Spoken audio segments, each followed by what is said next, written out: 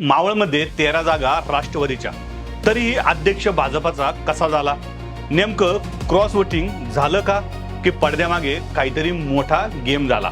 आज आपण उलगडणार आहोत मावळ कृषी उत्पन्न बाजार समितीच्या निवडणुकीमागचं खरं राजकारण. नमस्कार, मी दत्ता माळसकर. आपण पाहत आहात महाराष्ट्र लाईव्ह आणि आज आपण बोलणार आहोत मावळ तालुक्यात गाजत असलेल्या सर्वात मोठ्या राजकीय घडामोडीवरती.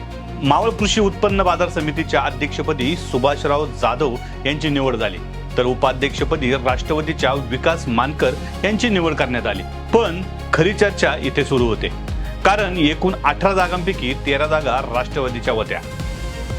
तरीही अध्यक्षपद भाजपाच्या खात्यात गेलं कसं? मग प्रश्न पडतो, हे नेमकं घडलं कसं? राष्ट्रवादींच्या 13 मतांमध्ये फूट कशी पडली? कोण कोण फुटलं आणि भाजपाने ही संधी कशी साधली? नक्की काय घडलं? कोणी कोणाला साथ दिली आणि कोणी कुठे फुटली? या मागचं गुपित काय, याचाच आज आपण सविस्तर आढावा घेणार आहोत. मावळ तालुक्यामध्ये राष्ट्रवादीचं वर्चस्व आहे. आमदार सुनील शेळके यांच्या शब्दाला वजनही आहे असं मानलं जातं. पण या निवडणुकीत मात्र तेच वर्चस्व कुठेतरी कमी पडल्याचं दिसून आलं. त्यामुळे कार्यकर्त्यांमध्ये संभ्रमाची वातावरण तयार झालं. ही पहिली वेळ नाही की अशा प्रकारचं राजकारण मावळमध्ये पाहायला मिळतंय.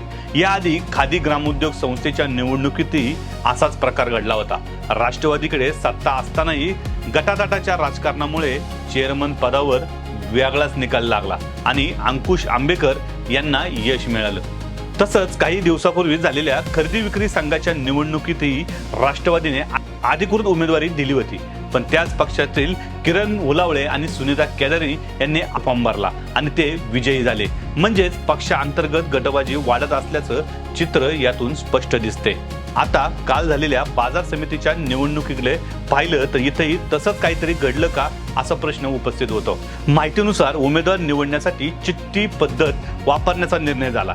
यामध्ये भाजपाच्या संचालकांना आमंत्रण देण्यात आले नाही.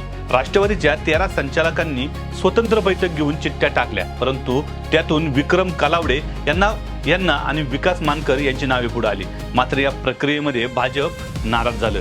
याच संधीचा फायदा घेत भाजपाने आपला डाव टाकला. उपसभापती पदासाठी अर्ज मागे घेतला, पण सभापती पदासाठी सुभाषराव जाधव यांचा अर्ज कायम ठेवला आणि मतदानाच्या वेळी परिस्थिती अचानक बदलली. भाजपाकडे केवळ 5 मते असताना सुद्धा सुभाषराव जाधव यांना बहुमत मिळणं म्हणजे राष्ट्रवादीची किमान 6 मतं फुटली हे स्पष्ट होतं.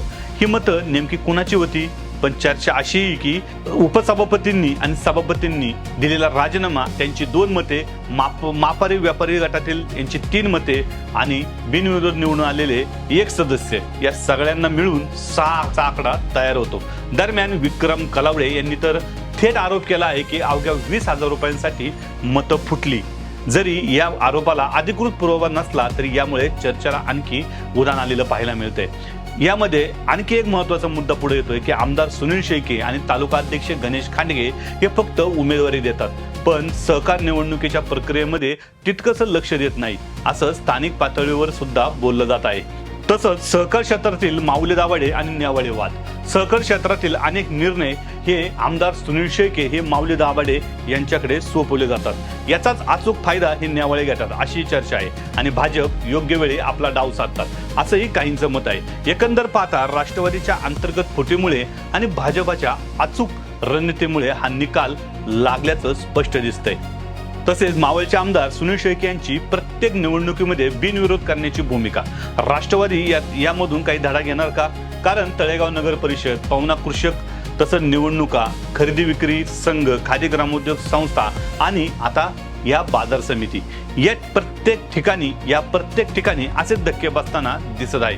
कार्यकर्तेही आता असे म्हणू लागले आहे की नेतृत्वाने सहकार क्षेत्राकडे गांभीर्याने लक्ष देण्याची गरज आहे, नाहीतर मावळमधील राजकीय समीकरणं ही पूर्णपणे बदलू शकतात. तर तुम्हाला काय वाटतं, हा केवळ क्रॉस वोटिंगचा प्रकार होता की यामागे मोठा राजकीय डाव होता? तुमचं मत नक्की कमेंट बॉक्समध्ये सांगा आणि अशाच सखोल विश्लेषणासाठी महाराष्ट्र लाईव्ह चॅनलला सबस्क्राईब करा. महत्त्वाच्या बातम्या पाहण्यासाठी आजच आमच्या महाराष्ट्र लाईव्ह वरला सबस्क्राईब करा आणि बेल आयकॉन प्रेस करा. तसेच इंस्टाग्राम आणि फेसबुकवर फॉलो करा.